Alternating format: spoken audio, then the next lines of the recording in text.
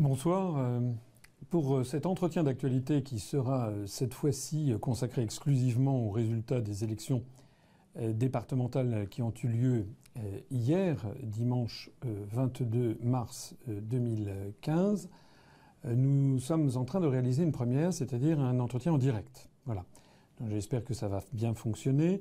Il est possible qu'il y ait peut-être un petit détail technique ici ou là qui apparaisse. Si tel est le cas, on essaiera de le corriger pour les prochaines émissions. Alors d'abord, je suis heureux de pouvoir m'adresser au public en direct et pouvoir commenter ainsi presque à chaud les résultats. Pas tout à fait à chaud parce que je crois qu'il faut toujours prendre un petit peu de délai. Je suis toujours un peu estomaqué de voir à 20 heures d'un seul coup tous les commentateurs qui ont déjà tiré toutes les conclusions des élections. En réalité, les conclusions d'un scrutin se mesurent souvent plusieurs jours, plusieurs semaines, plusieurs mois même ensuite. Qu'est-ce que l'on peut dire en tout cas pour ce qui nous concerne? La première chose, c'est que les abstentions ont quand même été très élevées encore, avec 50% à peu près, 49, et des poussières. On est quasiment à un électeur sur deux qui n'est pas allé voter. Donc c'est tout à fait anormal si l'on regarde les élections sur longue période. Normalement, les élections, notamment les élections cantonales, étaient des élections où il y avait traditionnellement 25, 28, 30, 32% d'abstention si on se recule sur les 30 ou 40 dernières années. Ça veut donc dire que le divorce entre l'opinion publique et le gouvernement et l'opposition officielle, le divorce entre ce que l'on entend à la télévision ou à la radio et l'opinion publique reste extrêmement élevé, n'a presque jamais été aussi élevé d'ailleurs pour des élections de cette nature.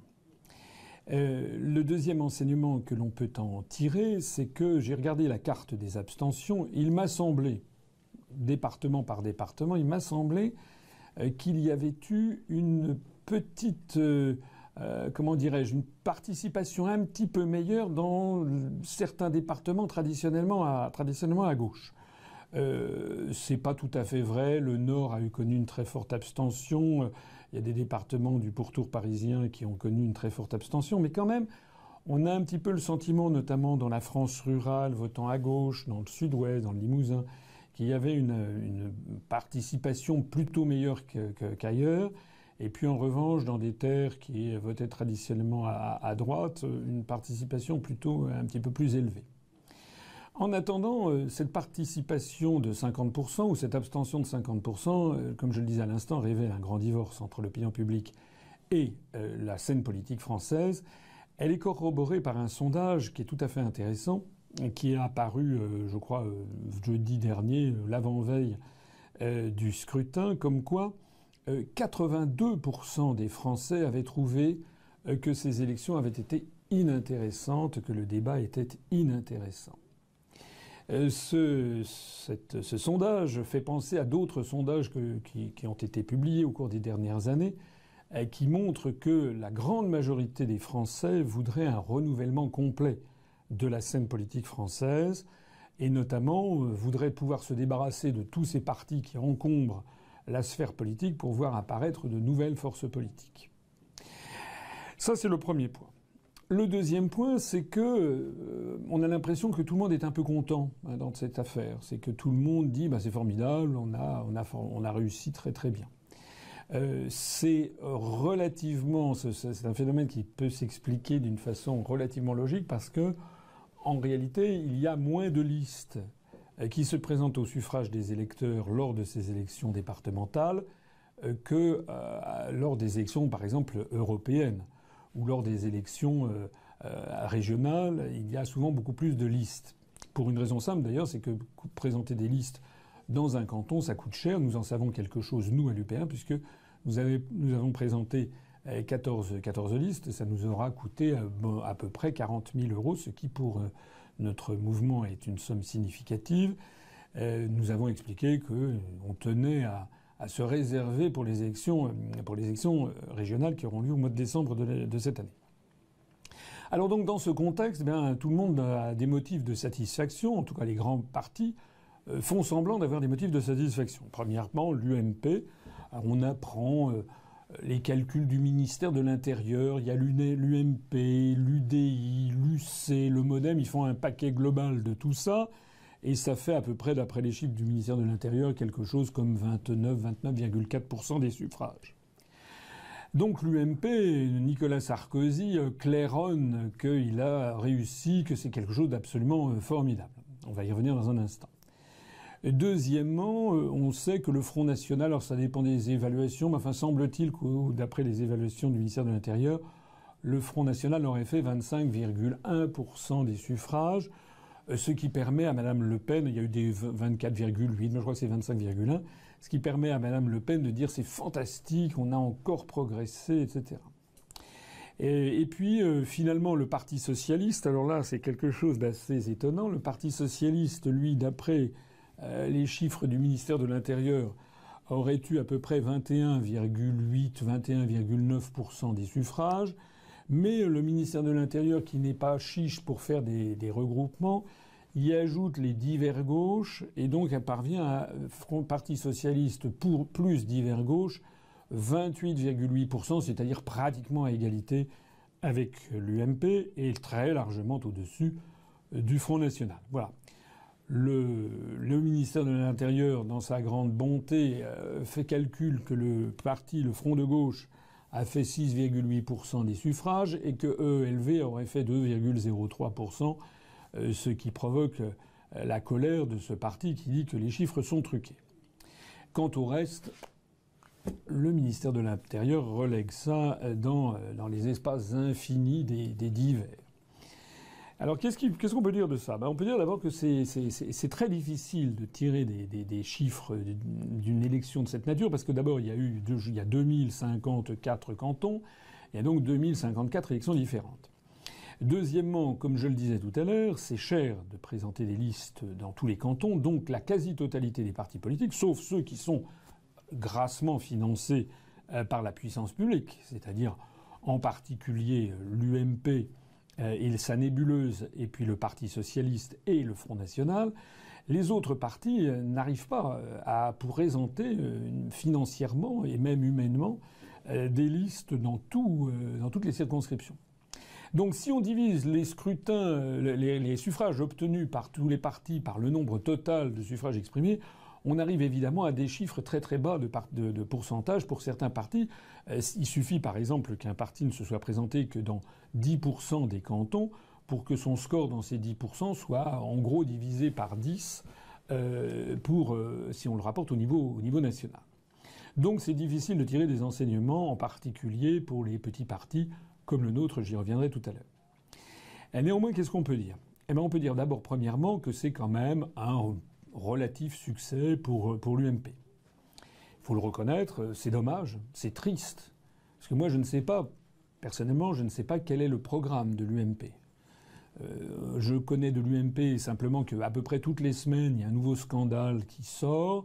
Il y a des nouvelles révélations sur de la corruption, des détournements de fonds, des députés auxquels l'Assemblée nationale lève l'immunité parlementaire, comme ça a été le cas récemment de M. Balkany. On apprend à peu près tous les jours, on a appris ce combat de titans qui existe entre Mme Kosciusko-Morizet et M. Wauquiez, les deux vice-présidents de l'UMP. Donc Mme Kosciusko-Morizet est arrivée à cette victoire extrême, c'est que sur l'organigramme de l'UMP, elle a obtenu que sa photo soit 2 mm au-dessus de celle de M. Wauquiez. Mais à part ces affaires d'une très grande importance, on ne sait pas quel est le programme du l'UMP. Plus exactement, nous à l'UPR, on le sait. C'est en fait exactement le même programme que celui actuellement conduit par le gouvernement, puisque, en tout cas dans toutes ces grandes lignes stratégiques, puisqu'il s'agit d'appliquer les directives de Bruxelles. Si l'UMP est arrivé en tête, le Parti socialiste, finalement, n'a pas fait un si mauvais score que cela.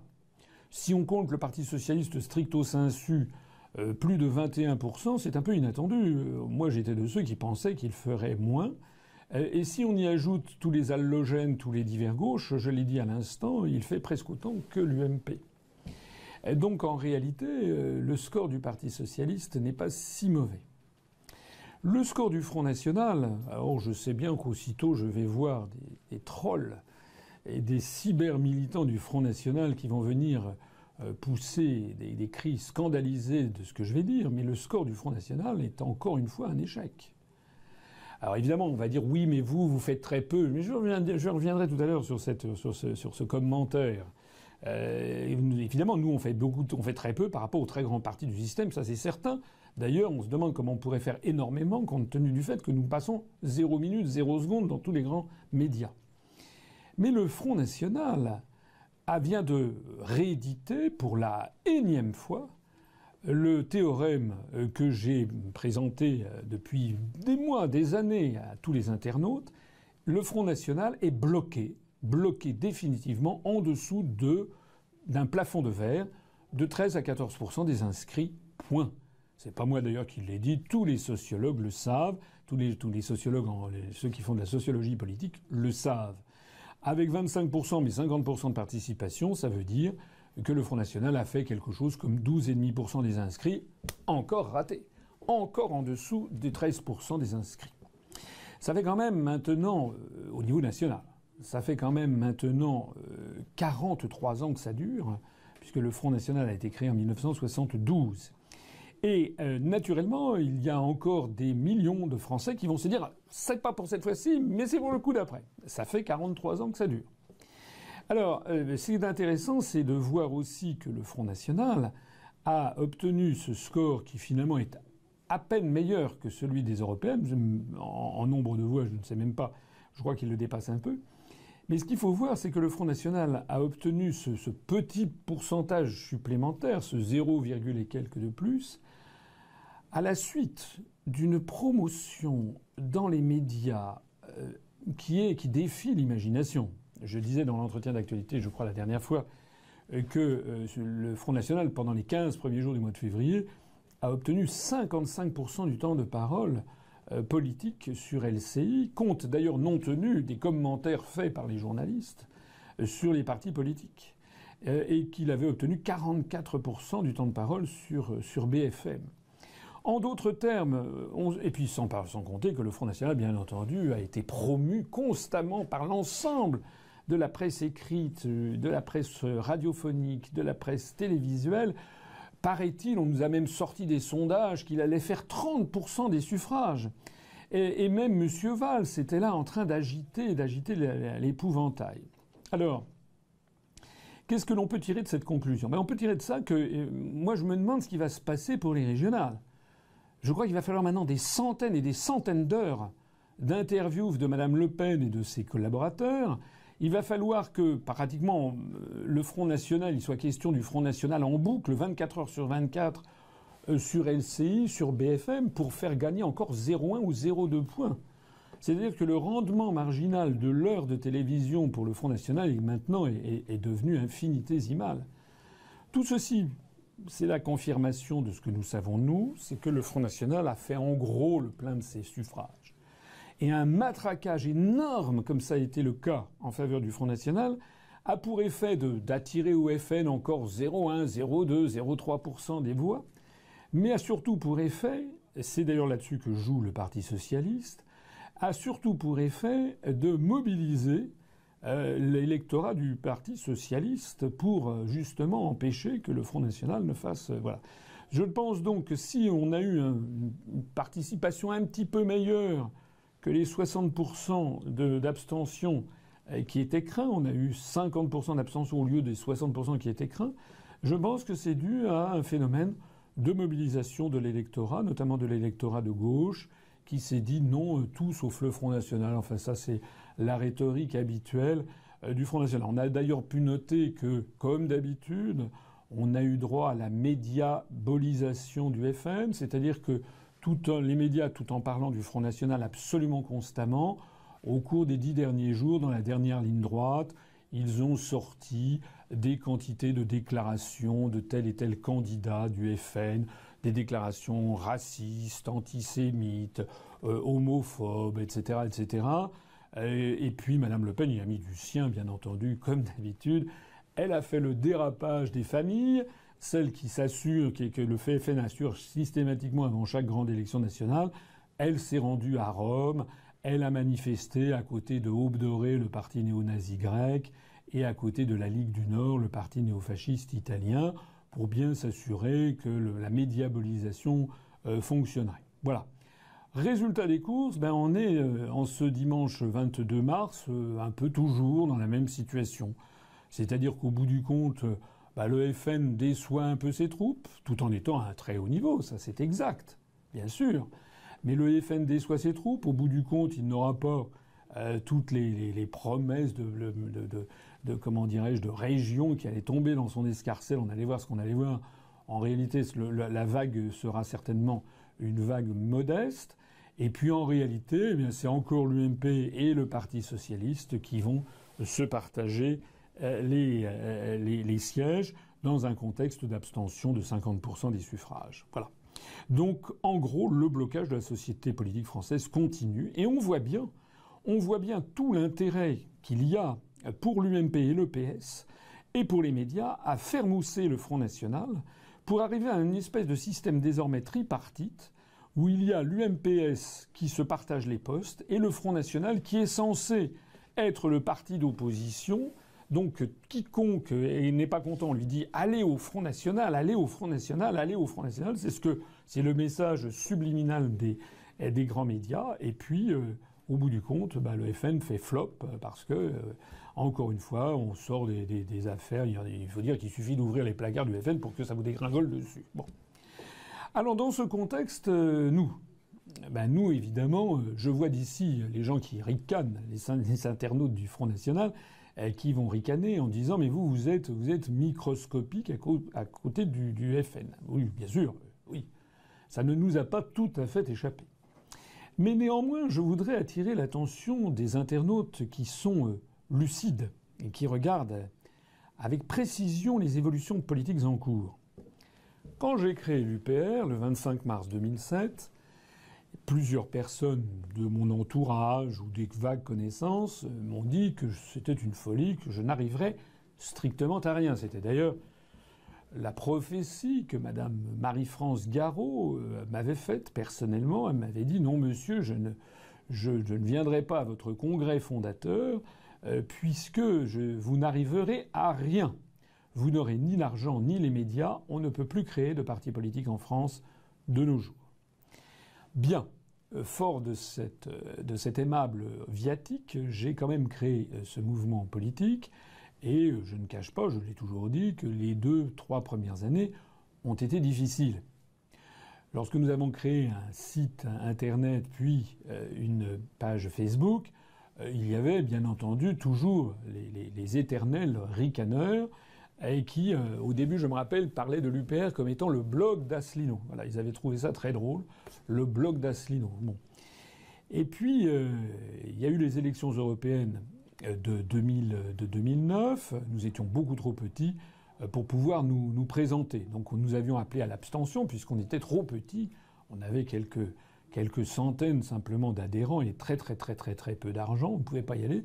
Donc comme on ne pouvait pas y aller, on n'allait pas appeler à aller voter pour les partis européistes ou pour les partis leurs de l'alter-européisme. Donc on avait appelé à l'abstention. Donc à ce moment-là, il y avait eu des ricaneurs qui avaient dit « Regardez, c'est un parti qui se présente même pas aux élections ». Et puis après ça, on s'est présenté aux élections. On s'est présenté aux élections européennes de 2014. D'abord, on a fait une élection législative partielle dans le Lot-et-Garonne où on avait fait 0,50% des suffrages. Et puis, il y a 10 mois, aux élections européennes de mai 2014, du 25 mai 2014, nous avons fait 0,41% des suffrages. Alors là, on a eu encore des ricaneurs qui ont dit « Oui, ça y est, ils se présentent, d'accord, mais regardez, c'est un score minable, etc. » Très bien. Et vous savez, nous sommes comme la tortue de la fable de La Fontaine, le lièvre et la tortue. Voilà, la tortue, elle a une carapace et elle avance quoi qu'il lui en coûte et quoi que puissent dire ses contradicteurs et ses adversaires. Nous avions fait 0,41% des suffrages. J'avais dit que c'était un score qui n'était pas si mauvais. C'était un score qui n'était pas si mauvais parce qu'il y avait énormément de listes. D'abord, nous avions fait partie de la douzaine de partis politiques qui étaient capables de présenter des listes dans les 8 circonscriptions interrégionales. Deuxièmement, il y avait, évidemment, je ne vais pas dire que 0,41% est un score absolument extraordinaire. Alors, c'était notre première élection, notre toute première élection nationale. Et j'avais signalé l'attention, et je le signale toujours, sur le fait qu'on avait obtenu 77 000 suffrages au niveau national, c'est-à-dire plus que le nouveau parti anticapitaliste d'Olivier Besancenot, qui, lui, a obtenu 75 000 voix. Donc on l'a battu en nombre de voix dans les urnes, ce qui était quand même très inattendu.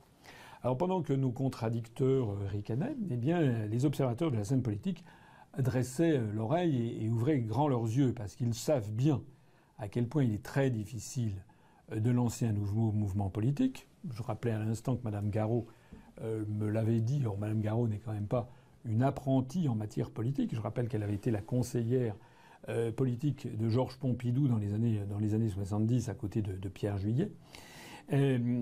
Donc les observateurs politiques se disaient finalement c'est quand même pas mal pour une toute première élection, surtout pour un parti politique qui n'a eu droit à peu près à aucun passage dans les médias de grande diffusion. Alors, au résultat d'hier, nous nous sommes présentés dans 14 circonscriptions, et dans ces 14 circonscriptions, le plus mauvais score que nous avons fait est dans le canton de Nice 9, où nous avons fait 0,79% des suffrages, mais contre 0,4% il y a 10 mois. Et le meilleur score est dans le canton de Grand-Villard, dans le territoire de Belfort, où nous avons fait 3,22% des suffrages, c'est-à-dire une croissance tout à fait exceptionnelle par rapport aux résultats d'il y a 10 mois. Donc, entre les deux, dans tous les cantons, c'est-à-dire dans 13 cantons sur 14, nous avons dépassé les 1% des suffrages. Et dans 3 cantons sur 14, nous avons dépassé les 2% des suffrages, et même les 3% des suffrages dans le canton de Grand-Villard. Donc moi, je considère, et je le dis sans aucune forfanterie, mais je considère que c'est un succès. Je considère que c'est un très bon résultat, bien entendu, à la mesure de nos moyens. Nous sommes encore dans l'enfance de notre mouvement politique. Les ricaneurs, par exemple, qui vont comparer ces scores au score du FN, ils oublient simplement que le FN est un vieux barbon qui a désormais 43 ans et qu'il regarde donc les scores que faisait le FN à 8 ans après sa création. En réalité, ce qui surprend les observateurs politiques, on a d'ailleurs eu quelques appels de quelques médias, de quelques journalistes, c'est qu'ils constatent que nous sommes en train de nous enraciner et d'une façon quand même tout à fait significative.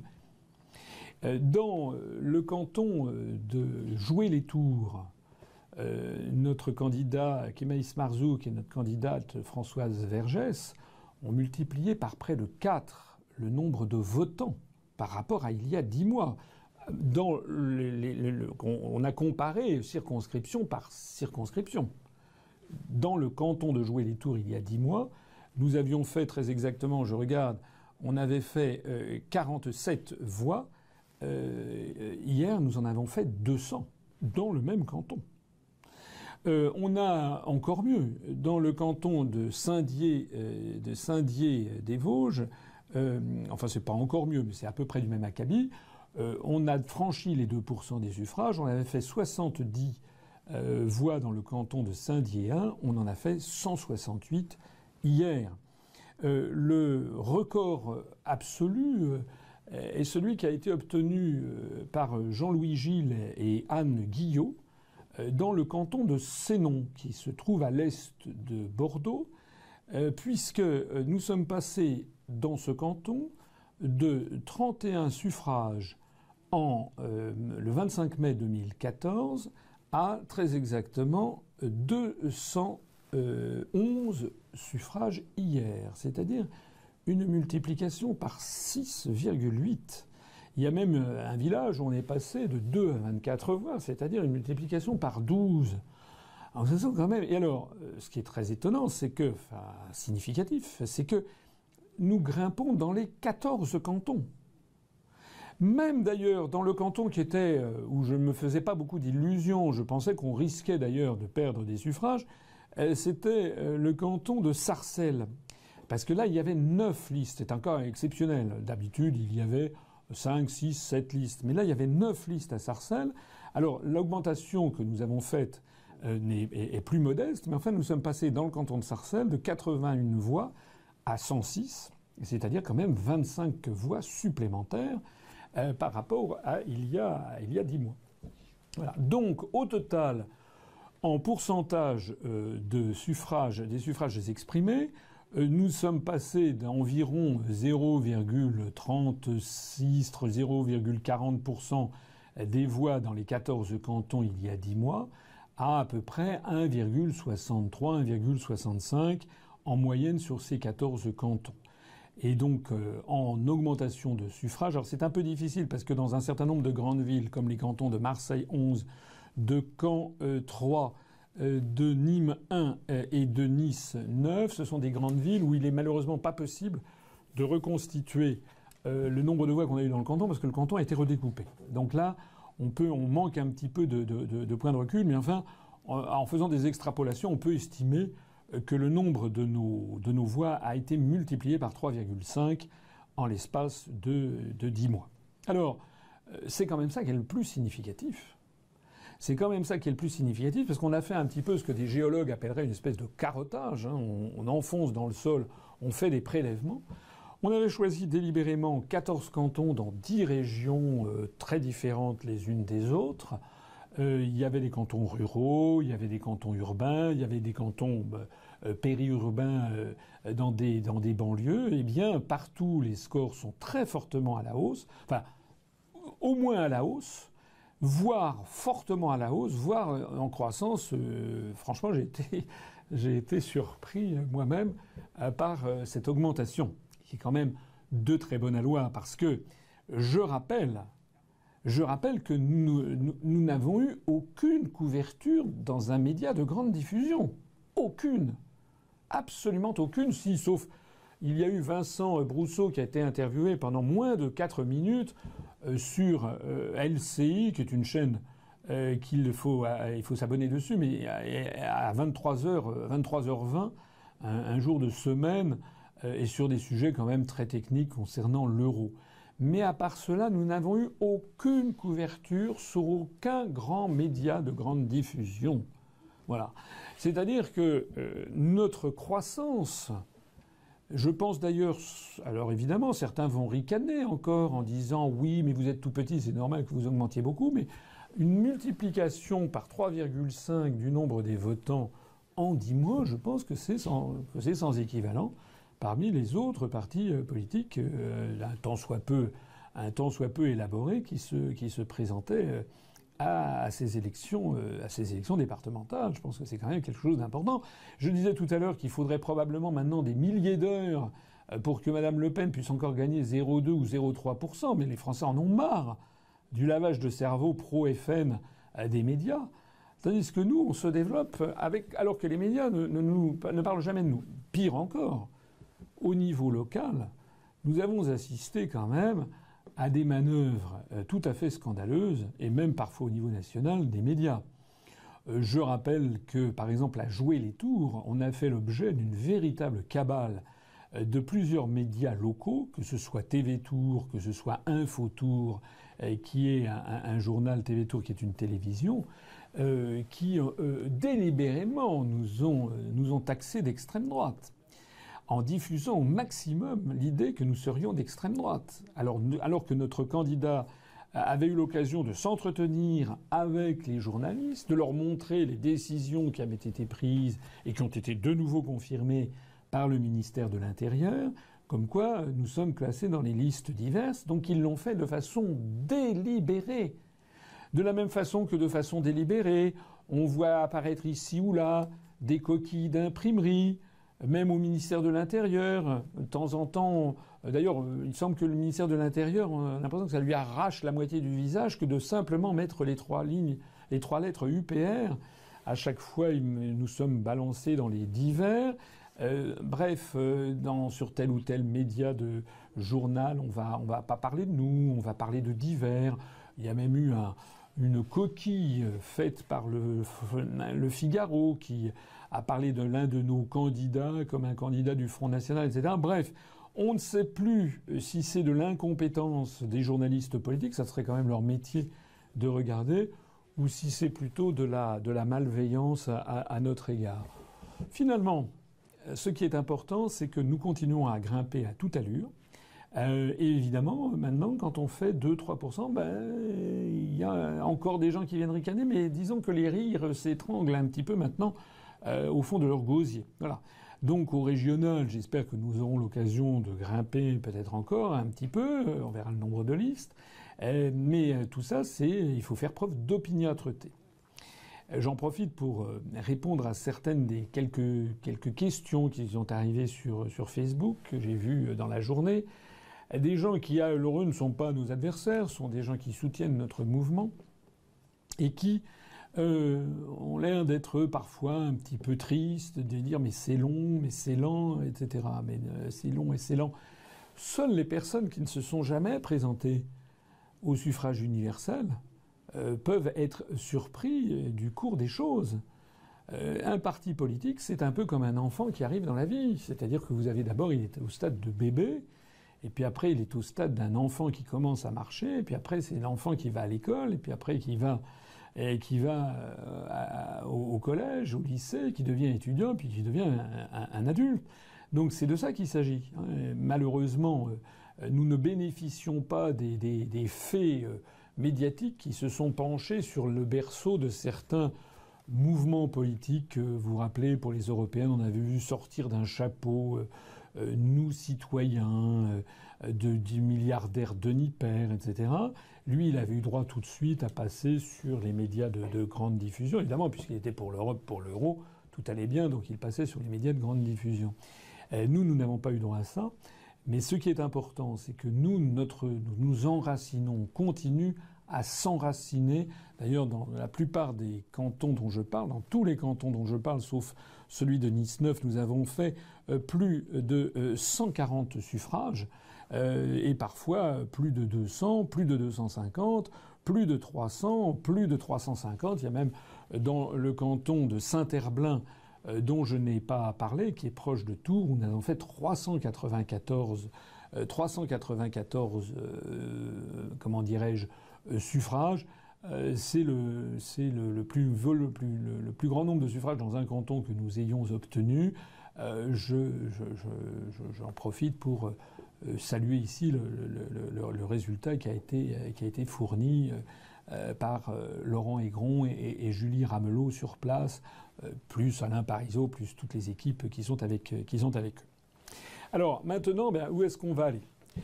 D'abord, ce que l'on va faire, c'est qu'on va examiner très attentivement les résultats que nous avons obtenus.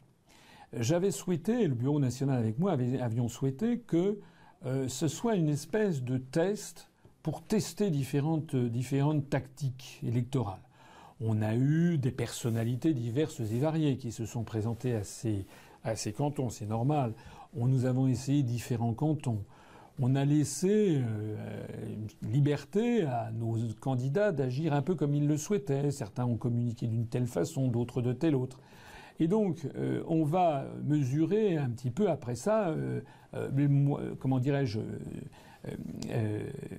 canton par canton, les résultats à en tirer. Voilà. Le résultat, par exemple, dans le territoire de Belfort, à Grand-Villard, avec 3,22% des suffrages, c'est notre meilleur résultat. C'est un résultat quand même très très prometteur, même s'il est vrai qu'il n'y avait que 4 listes. Mais le résultat juste après, en pourcentage de suffrages, avec 2,18% à Saint-Herblain, a été obtenu dans le cadre de 6 listes, ce qui est beaucoup quand même, parce que 6 listes, on aurait très bien pu faire 0,3% des suffrages. Donc il y a même, dans certains cas, comme par exemple à Saint-Dié-des-Vosges 1, où David de Wenzel et Aurélie Marchal ont été nos candidats, on a un score qui n'a rien de ridicule par rapport à celui, par exemple, du Front de gauche, qui est à 4,9 et nous sommes à 2,04. Tous les Français connaissent le Front de gauche. Qui connaît l'UPR, à part ceux qui vont sur Internet ou qui ont bénéficié du bouche à oreille, nous sommes encore en phase de croissance. Donc nous allons étudier très précisément les résultats de façon minutieuse. On va voir dans nos tactiques ce qui a marché, ce qui n'a pas spécialement bien marché, ce qui a plutôt mal marché. On va voir, il semble se dessiner déjà que le travail de terrain porte ses fruits, ce que nous savions, mais le vrai travail de terrain approfondi, le porte-à-porte, le bouche à oreille, les réunions publiques, tout ça, ça porte ses fruits, l'affichage aussi, faire connaître notre mouvement. Il ne semble pas que les choses un petit peu farfelues soient en revanche particulièrement porteuses. On va examiner tout ceci. Et puis on va s'armer. C'était un tour de chauffe pour les élections régionales. D'ailleurs, nos candidats dans la plupart de ces cantons, dans tous ces cantons, sont partants, bien sûr, pour en découdre au mois de décembre, parce qu'ils se sentent portés par les événements nous intéressons. Et ce qui est très important, c'est que les gens qui votent pour l'UPR, d'ailleurs je pense que notre profession de foi était assez bien faite, les gens qui votent pour l'UPR, c'est pas comme les gens qui votent pour l'UMP. Hein. Les gens qui votent pour l'UMP, ils le font parce qu'ils ne s'intéressent pas beaucoup à la politique. Voilà. Et ou bien ils ont toujours voté UMP, ou bien alors ils sont dégoûtés par le PS et donc ils votent UMP parce que les médias leur font croire que si on est contre Hollande et Valls, eh ben on a le choix entre l'UMP raisonnable et le FN déraisonnable. Voilà. En gros, c'est ce que disent les médias. Donc les gens ils se disent voilà, je vais voter pour l'UMP. Voilà. Mais sans savoir quel est le programme. Les gens sont un peu désespérés. Et puis réciproquement, quand l'UMP est au pouvoir, les gens vont voter pour le PS en disant le truc raisonnable, et puis le truc qui est présenté comme déraisonnable, le FN, ben on va pas voter pour. Puis vous avez un électorat qui progressivement s'agglomère autour du FN. Nous sommes là pour faire exploser ce système, pour apporter non seulement une nouvelle voie, mais surtout des nouvelles analyses. Et les gens qui votent pour nous ne le font pas par hasard. C'est ça qui est très important. C'est que non seulement nous augmentons très fortement nos scores en nombre de votants et même en pourcentage, mais surtout les gens qui votent UPR, il faut vraiment le vouloir pour le voter UPR, puisqu'il n'est jamais question de nous nulle part. C'est à se demander d'ailleurs même si finalement on va pas comment dire, se féliciter du boycottage des médias, parce que les médias sont de plus en plus déconsidérés. On se demande finalement, ce n'est pas en train de nous servir, parce que c'est tellement burlesque, c'est tellement honteux, c'est tellement antidémocratique qu'il ne soit jamais question de nous nulle part, que je rappelle par exemple que sur BFM et RMC, le NPA a bénéficié depuis les dernières élections européennes de 64 minutes d'antenne, et nous 0 minutes 0 secondes. Et 3 jours avant les élections là, de dimanche, il y a BFM qui royalement nous a contactés pour m'enregistrer dans les conditions du direct sur le grand sujet êtes-vous pour le vote obligatoire. Bon, déjà, avant de nous poser ces questions, la moindre des courtoisies serait peut-être de nous demander qui nous sommes pour qu'on se présente auprès de leurs auditeurs. Mais bon, j'avais donné mon accord, sauf qu'on nous a appris qu'il s'agissait d'une émission enregistrée dans les conditions du direct, qui devait durer 20-25 minutes.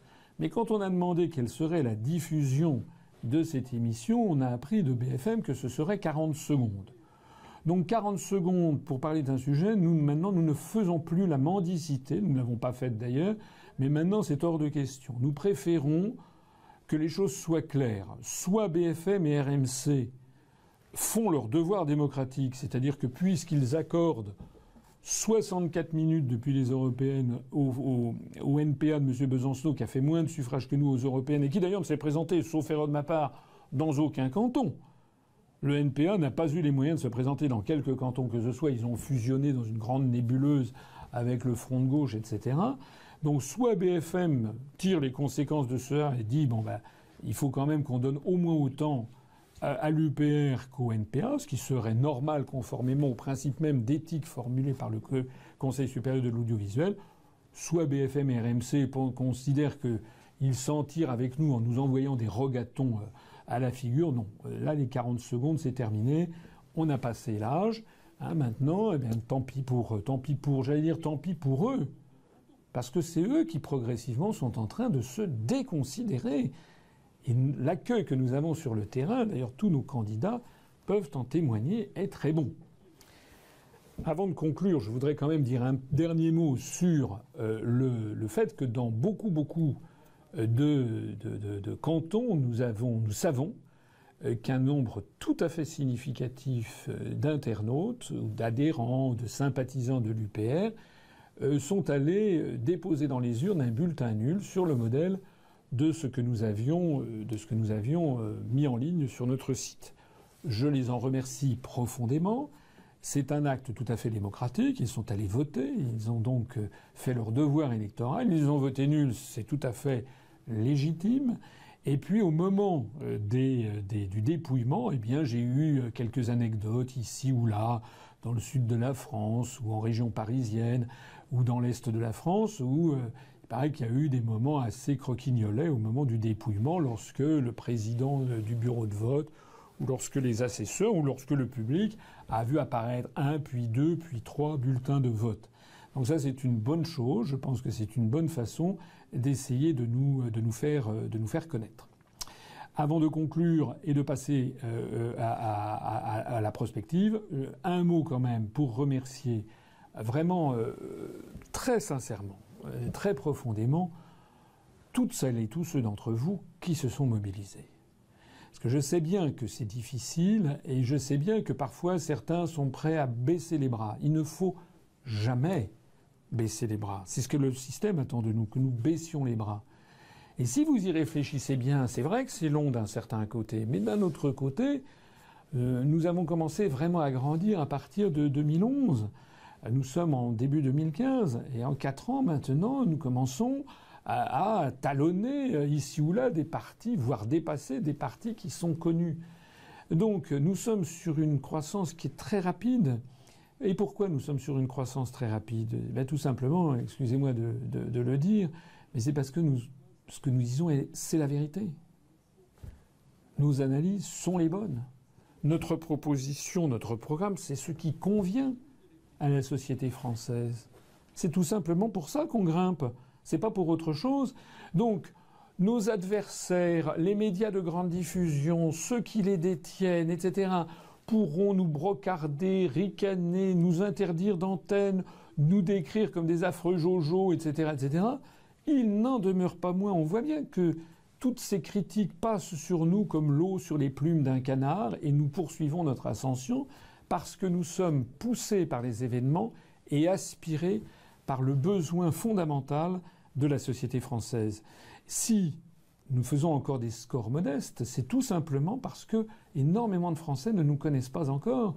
Mais plus nous allons nous incruster dans le paysage, et plus nos scores vont être orientés à la hausse. Et nous, et c'est là l'immense différence avec le Front National, nous n'avons pas de plafond de verre. Nous, tout l'avenir nous est offert. Un grand merci donc à toutes celles et à tous ceux qui ne se sont pas démobilisés, qui sont au contraire d'ailleurs de plus en plus nombreux à se mobiliser. D'abord à nos candidates et à nos candidats, dont je sais qu'ils ont souvent passé beaucoup de temps sur le terrain. C'est quand même du temps qu'ils ne consacrent pas à leurs conjoints, à leurs enfants, à leurs parents, à leurs amis, à leurs collègues de travail. Le simple fait même d'ailleurs d'apparaître sur une affiche ou sur un tract est déjà un pas qu'il faut franchir. Ça ne va pas de soi. Il faut un petit peu... Mais comme c'est pour la bonne cause, finalement, ils l'ont fait. Et je ne crois pas d'ailleurs que parmi ceux qui se sont présentés, il n'y en ait aucun qui n'ait pas envie de recommencer. Et je voudrais aussi m'adresser à tous les militants qui ont été autour d'eux. Alors je ne vais pas citer de noms, mais j'en ai un certain nombre à l'esprit. J'en ai d'ailleurs vu moi-même lorsque je suis allé dans un certain nombre de cantons pour les soutenir. Je n'ai malheureusement pas pu me rendre dans tous les cantons. En particulier, je n'ai pas pu me rendre ni en Gironde, ni dans le Gard, ni dans les Bouches-du-Rhône, ni dans le Var, ni dans les Alpes-Maritimes. J'ai malheureusement un certain nombre de contraintes, y compris de contraintes professionnelles. Donc je n'ai pas pu me rendre partout. Je prie les candidats en question de m'en excuser. Mais je sais qu'ils ont été épaulés par des militants ardents sans quoi d'ailleurs nous n'assisterions pas à cette augmentation très rapide du nombre de nouveaux votants. C'est notre présence sur le terrain, les affichages, la distribution des tracts, le porte-à-porte, discuter avec les gens, revenir sans arrêt, présenter aux gens, y compris aux gens qui n'ont pas Internet, leur parler de notre mouvement, éventuellement leur graver sur un DVD en attente des prochains DVD qu'on va sortir, graver une conférence sur un DVD, leur faire lire, etc., leur faire visionner. C'est par ce travail minutieux de militants que nous nous développons.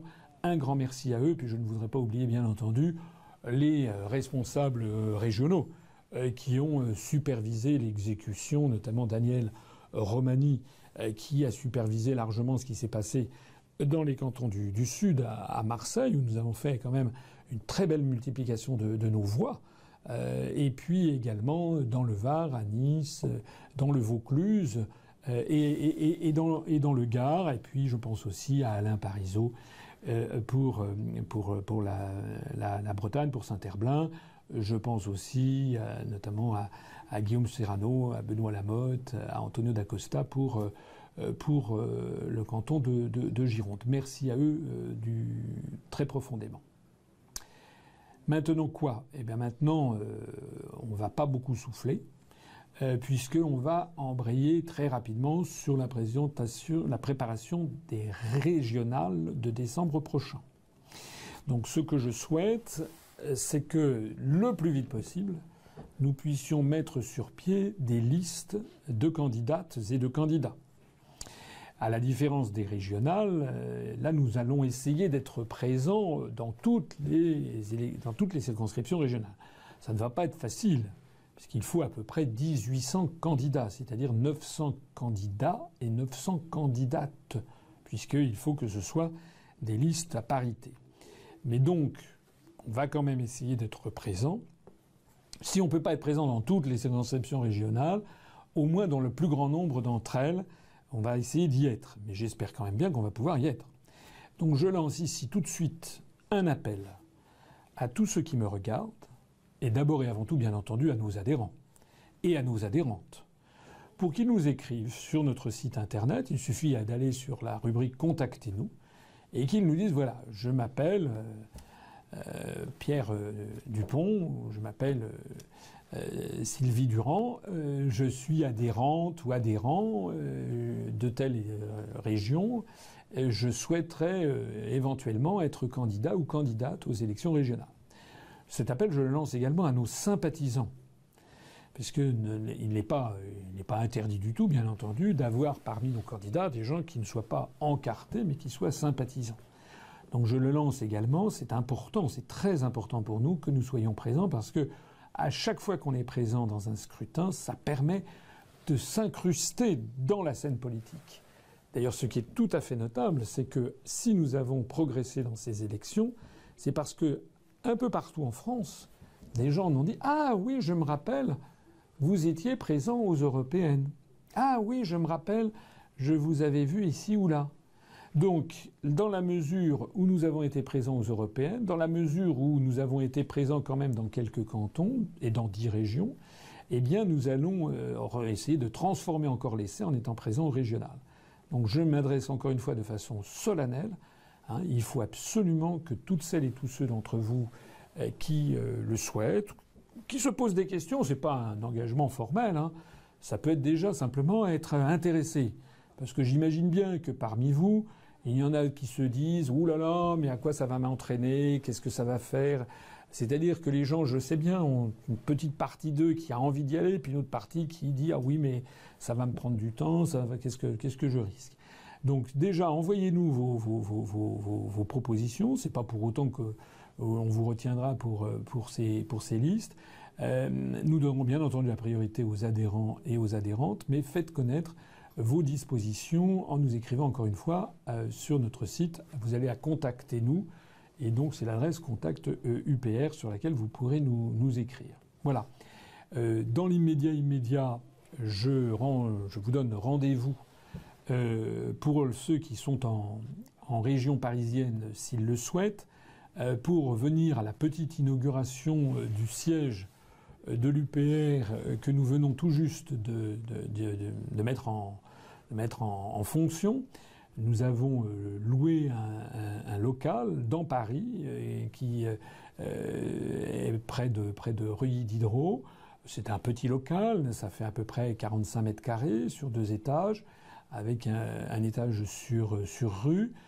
C'est au sous-sol que nous avons organisé ce petit studio depuis lequel je vous parle. Nous allons faire une petite inauguration mercredi, ce sera le 25 mars, c'est le jour même de nos 8 ans. Voilà.